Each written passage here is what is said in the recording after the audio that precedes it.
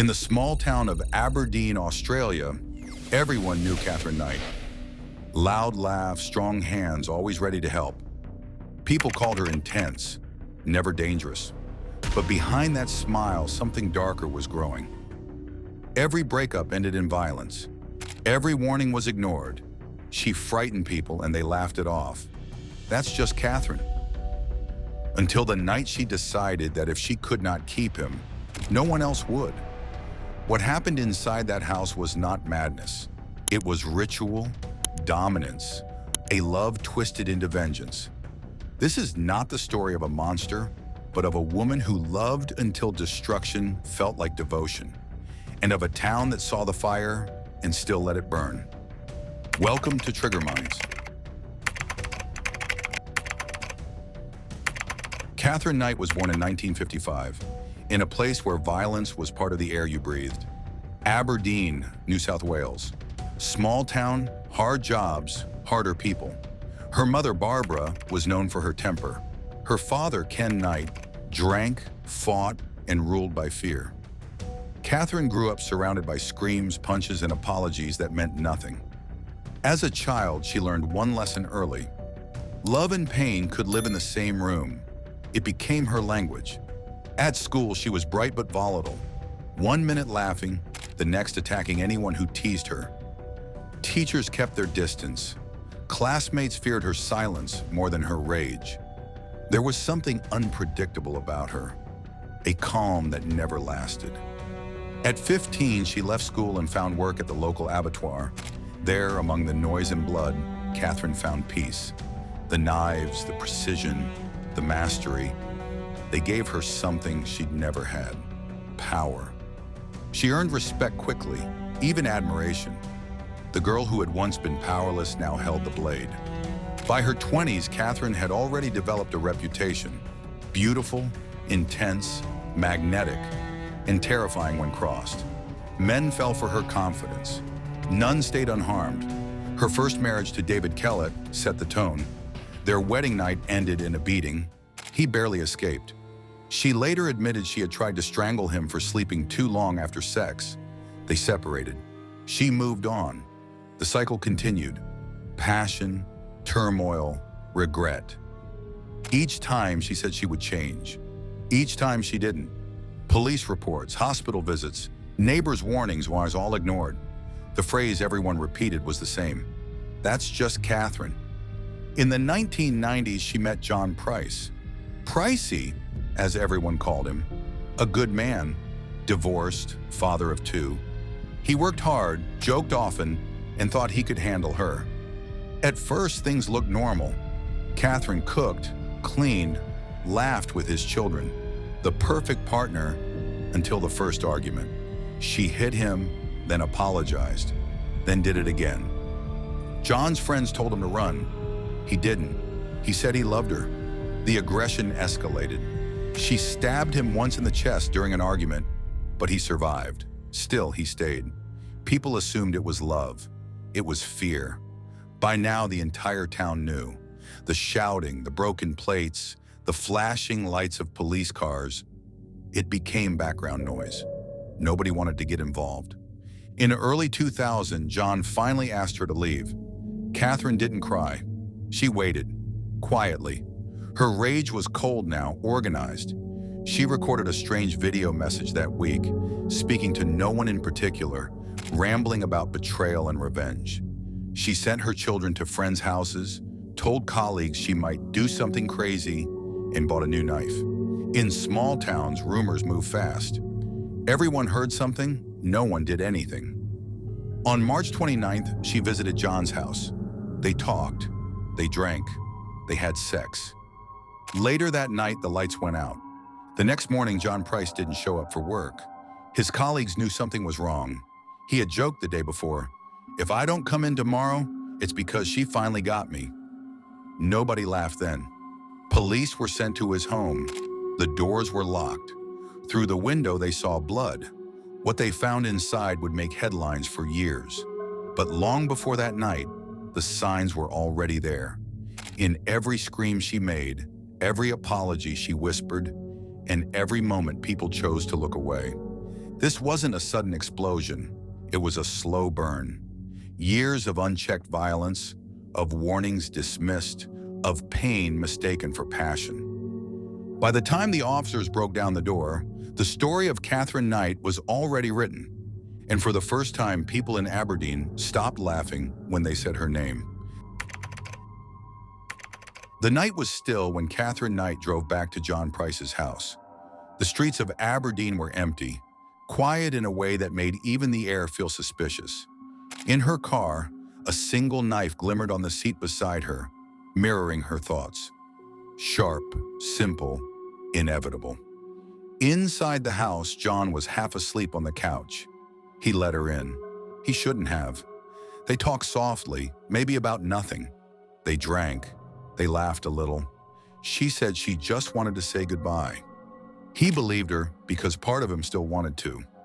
That night, they shared a final moment that looked like peace. To anyone else, it might have seemed tender. Two people tangled in a last illusion of love. But Katherine's calm was not forgiveness. It was preparation. The next morning, John Price didn't arrive at work. His friends waited an hour, then two. Then they called the police. When the officers reached his house, the front door was locked from the inside. Curtains drawn, no answer. But the dog was barking. Wild, frantic, warning them what waited within. They forced the back door. The air was heavy, metallic, wrong. No movement. Only the sound of dripping somewhere, slow and steady. The house looked neat, too neat, like someone had cleaned after chaos. And then they saw the table. Dinner was set for two plates, 2 glasses, vegetables arranged carefully beside what looked like roasted meat. Steam had long vanished, but the intention remained. On the table lay a note with the names of John's children, written neatly across the top. When the officers found Katherine, she was in the bedroom, unconscious but alive. Pills scattered beside her, a failed attempt to erase herself from what she had done. But nothing about that night had been impulsive. Everything had been arranged, choreographed, almost ritualistic. Later, investigators pieced together the hours between midnight and dawn. They found the evidence, the instruments, the quiet precision of her actions. What she had done was unspeakable, but what mattered more was why. Because this wasn't about rage, it wasn't even about jealousy. It was about power, about the need to own, to dominate, to make sure that even death couldn't end what she had started. For years, Katherine Knight had defined herself by power, at work, in love, in violence. Each cut, each threat, each scream had been an assertion of existence. Losing John Price meant losing the only thing left that made her feel alive. So she turned their final night into a performance, a grotesque theater of control. That table was not a meal. It was a message, a statement to his children, for the town that had watched and done nothing, for the world that would one day try to understand her, a declaration written in silence. If I can't keep him, no one will ever have him, not even memory. Officers later said it felt less like a crime scene than a stage abandoned after a play. Every object had meaning. Every detail had intent. Even the note, half covered in stains, looked rehearsed. And yet the most chilling part wasn't what she had done. It was what she had planned and failed to finish. She had prepared to serve what was on that table to John's children, a final act of humiliation and possession. She wanted them to live with his absence and with the knowledge of what their love had cost. But fate, for once, interrupted her control. The police arrived too soon. Her body failed before the story could end her way. In that sense, Katherine Knight's plan died unfinished. When she woke in the hospital, she asked where John was. She never cried. She never explained. She simply stared ahead, eyes blank, as if she had done nothing more than complete a task that had long awaited her. That night in Aberdeen wasn't an explosion of madness. It was the quiet perfection of someone who had rehearsed revenge her entire life. And for the first time, the woman everyone called dramatic, crazy, unpredictable, became something far more terrifying. predictable. What makes Katherine Knight's story so haunting isn't the crime itself, it's the pattern. The repetition of pain mistaken for love, of dominance confused with care. To understand Katherine, you have to step inside the logic of obsession, the place where affection and possession merge until they become indistinguishable. Psychologists call it destructive fusion, the inability to exist without the other, even if that means destroying them. For Katherine, love wasn't a connection, it was consumption. She didn't want to share life with John Price. She wanted to absorb him, erase the distance between them until he was nothing beyond her reach. From the beginning, her relationships followed a rhythm: intensity, tension, explosion, remorse, repetition. Each cycle reaffirmed her sense of power. Violence became the only language she trusted, the only one that made her feel heard. The abattoir taught her that dominance meant order, that the blade restored balance when words fell short. But the most terrifying part of her story isn't what she did, it's how normal it seemed to everyone around her. For years, people excused her behavior. She's just dramatic. That's how she is. She doesn't mean it. Each phrase a small denial, a collective shrug. No one wanted to believe that a woman, a mother, a neighbor, a colleague, could embody that kind of violence. Gender bias became her camouflage. If a man had done the same things, someone might have intervened. But Katherine's rage was framed as emotion, not danger. That's the first blind spot, the denial of female aggression. Society is quick to fear violent men, but slow to recognize violent women. Katherine exploited that blind spot perfectly. She weaponized empathy. She knew when to cry, when to joke, when to act fragile. She learned that people will forgive cruelty if it comes wrapped in vulnerability. The second blind spot, the illusion of control. People like Katherine don't see themselves as monsters. They see themselves as victims reclaiming balance. Every violent act becomes justified. He deserved it. He betrayed me. I was protecting myself. The mind rewrites the story to preserve identity. In her eyes, she wasn't destroying love. She was preserving it the only way she knew how, through possession. The third blind spot, collective blindness.